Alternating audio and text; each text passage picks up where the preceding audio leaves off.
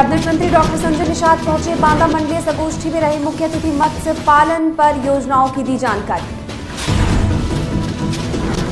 सपा की युवा ब्रिगेड का सम्मेलन, स्वास्थ्य व्यवस्था को लेकर सरकार को घेरा, युवाओं से संगठन मजबूत करने की अपील। अहिल्याबाई होलकर त्रिशताब्दी समारोह, पूर्व उप मुख्यमंत्री डॉक्टर दिनेश शर्मा ने लिया हिस्सा। बोले, अहिल्याबाई की नीतियां चल रही बीजेपी। देश में तेजी से बढ़ रहे कोरोना के मामले, अब तक 2700 के पार पहुंचे। कोरोना के श्रावस्ती जनपद में स्वास्थ्य विभाग अलर्ट। नमस्कार, मैं रुचि, आप देख रहे हैं आज की खबर। यूपी सरकार में कैबिनेट मंत्री और निषाद पार्टी के राष्ट्रीय अध्यक्ष डॉक्टर संजय कुमार निषाद बांदा पहुंचे, जहां वो मेडिकल कॉलेज सभागार में आयोजित मत्स्य उत्पादन बढ़ाने हेतु मंडलीय संगोष्ठी में मुख्य अतिथि के रूप में शामिल हुए। कैबिनेट मंत्री ने मत्स्य पालकों के लिए केंद्र और प्रदेश सरकार द्वारा चलाई जा रही तमाम योजनाओं के बारे में जानकारी दी और कहा कि बांदा जिले से उठी आवाज का मुख्यमंत्री ने संज्ञान लिया और निषाद राजवोट योजना लागू की। उन्होंने आगे कहा कि बच्चों को पढ़ने के लिए सरकार द्वारा आर्थिक मदद दी जा रही है। विपक्ष पर तीखा कटाक्ष करते हुए संजय निषाद ने कहा कि कुछ बेईमानों ने निषादों का वोट लेकर उनको अनुसूचित जाति की जगह पिछड़ी जाति की श्रेणी में डाल दिया था।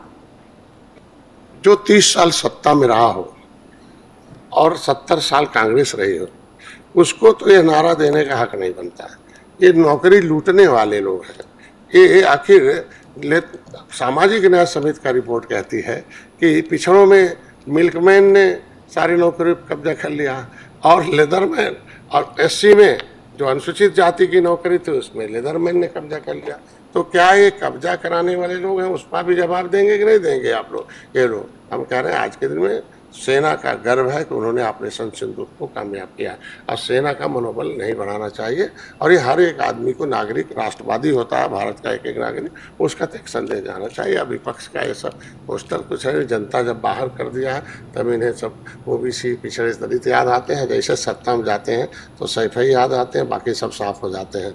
वो जब सत्ता में आते हैं तो खाली गाजियाबाद आता है, बाकी जो है वो इधर उधर चले जाते हैं। तो इसलिए आज के दिन में इनके जो सत्ता से दूर हो गया, वो बयानबाजी के अलावा उनके पास कुछ नहीं बचा। उन्नाव के सिविल लाइन स्थित समाजवादी पार्टी के जिला कार्यालय में युवा सम्मेलन का आयोजन किया गया। सम्मेलन में सपा कार्यकर्ता और युवा नेता बड़ी संख्या में शामिल हुए। सपा जिला अध्यक्ष राजेश यादव ने कार्यक्रम की अध्यक्षता की। बैठक में समाजवादी पार्टी युवा ब्रिगेड के प्रदेश अध्यक्ष अरविंद यादव मुख्य अतिथि रहे। कार्यक्रम की शुरुआत में कार्यकर्ताओं ने भाजपा सरकार के खिलाफ नारेबाजी की और स्वास्थ्य, शिक्षा और बेरोजगारी के मुद्दों पर सरकार पर सवाल खड़े किए। अरविंद यादव ने उप मुख्यमंत्री ब्रजेश पाठक के डीएनए संबंधी बयान पर भी जवाब दिया। ब्रजेश पाठक जी की बात न करो, मैं उनको जानता हूँ, शासन के अध्यक्ष रहे और क्या क्या कौन कौन कर्म किए। अब ये मुझसे न कहा हुआ कौन कौन कर्म किए और कौन कौन कर्म करके आज उनको तो क्या बनाया, भारतीय जनता पार्टी ने उनको क्या बनाया, उनको बनाया उप मुख्यमंत्री। और किस लिए बनाया कि दिल्ली वाले और उत्तर प्रदेश वाले आपस में लड़ते रहे, तो लड़ाई में सफल नहीं हो पा रहे हैं, तो उल्टा सीधा यही बोलते हैं, उल्टा सीधा बोलेंगे और कोई समाजवादी पार्टी का कुछ बोल देगा तो उनकी भावना आहत हो जाएगी और दूसरे का वो टेस्ट करेंगे। हम इस सब बातों में कतई नहीं पड़ना चाहते हैं। समाजवादी पार्टी के लोग इस बात पे बहस नहीं, एक मिनट, इस बात पे बहस ही नहीं करना चाहते हैं। समाजवादी पार्टी के लोग चाहते हैं कि कैसे जो एम्बुलेंस है 108 जो एम्बुलेंस है वो एम्बुलेंस कैसे नहीं हो, कैसे किसी को तुरंत मिले, कैसे कोई किसी को मरीज को ले जाना हो तो एम्बुलेंस खराब ना हो, वो एम्बुलेंस हमको मिले और हमको ले जाके हॉस्पिटल में भर्ती कराए। हम तो ये चाहते हैं। ब्रजेश पाठक जी की बात न। सीतापुर जिले में भारतीय जनता पार्टी जिला कार्यालय पर पूर्ण श्लोक माता अहिल्याबाई होलकर की 300वीं जयंती पर संगोष्ठी आयोजन हुआ, जिसमें राज्यसभा सांसद और प्रदेश के पूर्व उप मुख्यमंत्री डॉक्टर दिनेश शर्मा ने भाग लिया। इसके पूर्व उनके द्वारा एक प्रेस वार्ता आयोजित की गई। प्रेस वार्ता में बोलते हुए उन्होंने बताया कि नरेंद्र मोदी सरकार माता अहिल्याबाई होलकर की प्रेरणा से कार्य कर रही है। इसके अलावा अभियान के अंतर्गत हुई प्रतियोगिता में सफल हुए छात्र छात्राओं को सम्मानित किया गया। आज पूरे भारतवर्ष में एक उल्लास है। उल्लास इस बात का है कि नारी सशक्तिकरण का परचम लहराने वाली महारानी अहिल्याबाई होलकर का 300वां जन्मदिन है, जन्म जयंती है। और 300 वर्ष के बाद भी एक संघर्षशील महिला, हालांकि ऐसा भारत के इतिहास में तो सनातन संस्कृत और हिंदू संस्कृत, भारतीय संस्कृत का उल्लेख आता है, लेकिन ये उन विपक्षियों के लिए एक सबक है जो अगड़ा, पिछड़ा, अनुसूचित, दलित का भेद पैदा करते हैं। देश भर में लगातार कोरोना अपने पैर तेजी से पसार रहा है। पूरे देश में अब तक 2710 कोरोना के पॉजिटिव केस मिल चुके हैं, जिसको लेकर श्रावस्ती जनपद में भी अलर्ट कर दिया गया है और सभी अस्पतालों में कोरोना को लेकर तैयारियां पूरी कर ली गई हैं। वहीं L2 और L1 हॉस्पिटल को भी एक्टिव मोड पर रखा गया है। ऑक्सीजन प्लांट और वेंटिलेटर पूरी तरीके से तैयार हैं। मुख्य चिकित्सा अधिकारी डॉक्टर अशोक कुमार सिंह ने बताया कि कोविड ने देश में एक बार फिर वापसी की है, लेकिन हम इस बार पूरी तरीके से निपटने के लिए तैयार हैं। जहां एक तरफ उत्तर प्रदेश भीषण गर्मी की चपेट में है, वहीं दूसरी ओर सरकारी लापरवाही का आलम कुछ ऐसा है कि बुलंदशहर के शिकारपुर तहसील परिसर में एक महीने से सिर्फ वाटर कूलर का बॉक्स रखकर लोगों को गुमराह किया जा रहा है। ये तस्वीरें शिकारपुर तहसील की हैं, जहां लोग न्याय की उम्मीद में आते हैं, लेकिन इस भीषण गर्मी में उन्हें एक बूंद ठंडा पानी नसीब नहीं हो रहा है। किसान यूनियन टिकैत के कार्यकर्ताओं ने इस पूरे मामले का भांडाफोड़ किया और ऐसी गुमराह करने वाली हरकत के लिए ब्लॉक प्रमुख से जवाब मांगा है। अच्छा, पानी नहीं मिला आपको? ब्लॉक प्रमुख ने बहुत अच्छी व्यवस्था कर रखी है, यहाँ व्यवस्था खोखी है। अच्छा, क्या लिखा हुआ है इस पे? जल ही जीवन है और जन है तो कल है और नहीं आज मर जाएंगे सर। और इसमें कोई भी जल जल है ही नहीं, तो ये खाली बाजरा है, ये खाली है, खाली घास है। खामों का ढपोल से रख रखा है यहाँ बेमतलब। तो क्या लगता है चुनाव आने वाला है, पब्लिक वोट देगी। क्या लग रहा है इससे जनता गुमराह हो रही है? गुमराह हो रही है, जनता के साथ में कोरा धोखा है। कुछ नहीं, अपनी सहानुभूति दिखाने के लिए झूठा रखा हुआ है। मैंने आपको हिला के भी दिखाया, ना तो इसमें कहीं टोटी है ना कहीं पानी है, खाली घास खड़ी है इसमें। आप इधर से भी देखें, थोड़ा इस पर नजर डालें। अच्छा, कब से रखा है ये? इसे कम से कम 1 महीना तो हो गया। अच्छा, पानी नहीं मिला आपको? ब्लॉक प्रमुख ने बहुत अच्छी व्यवस्था कर रखी है, यहाँ व्यवस्था खोखी है। अच्छा, क्या लिखा हुआ है इस पे? जल ही जीवन है और जन है तो कल है।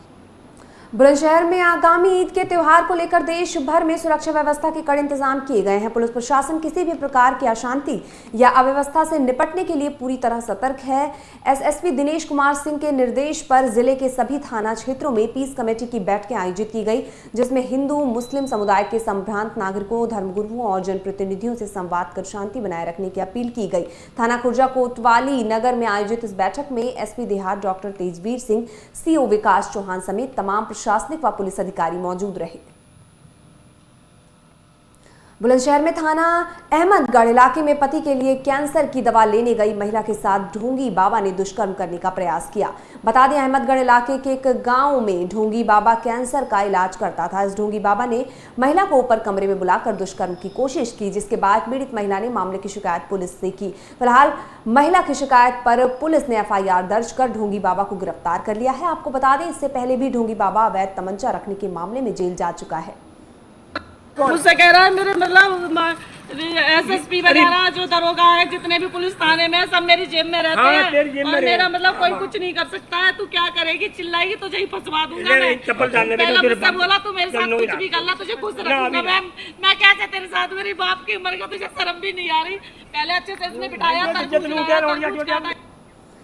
एटा जिले में मेडिकल कॉलेज के डेंटल विभाग में तंबाकू निषेध दिवस का आयोजन मेडिकल कॉलेज के प्राचार्य रजनी पटेल के नेतृत्व में किया गया, जहां तंबाकू सेवन न करने व अपने परिजनों, मित्रों या परिचितों को भी तंबाकू उत्पादों का सेवन नहीं करने के लिए शपथ दिलाई गई। इसके अलावा मेडिकल कॉलेज के प्राचार्य रजनी पटेल ने बताया कि दंत रोगियों को गंभीर से गंभीर समस्या होने पर अब इधर उधर भटकना नहीं पड़ेगा। डॉक्टर मोनी यादव ने बताया कि आधुनिक उपकरणों की उपलब्धता से इलाज में आसानी होगी। सीएम योगी के निर्देशानुसार पीलीभीत के पूरनपुर तहसील सभागार में नोडल अधिकारी ने महिला अस्पताल का निरीक्षण किया। बता दें, निदेशक समाज कल्याण विभाग के प्रशांत कुमार को नोडल अधिकारी बनाकर पूरनपुर भेजा गया। इस दौरान नोडल अधिकारी ने पीलीभीत जिले के उच्च अधिकारियों के साथ तहसील सभागार में समीक्षा बैठक की। इसके बाद सीएचसी महिला अस्पताल, प्राइमरी स्कूल, आयुष्मान आरोग्य मंदिर, नरेगा भवन और डिजिटल आंगनबाड़ी केंद्र का निरीक्षण भी किया। नोडल अधिकारी ने जानकारी देते हुए बताया कि महिला अस्पताल में रेगुलर गायनोकोलॉजिस्ट की तैनाती के साथ ही डॉक्टरों की भी काफी कमी है।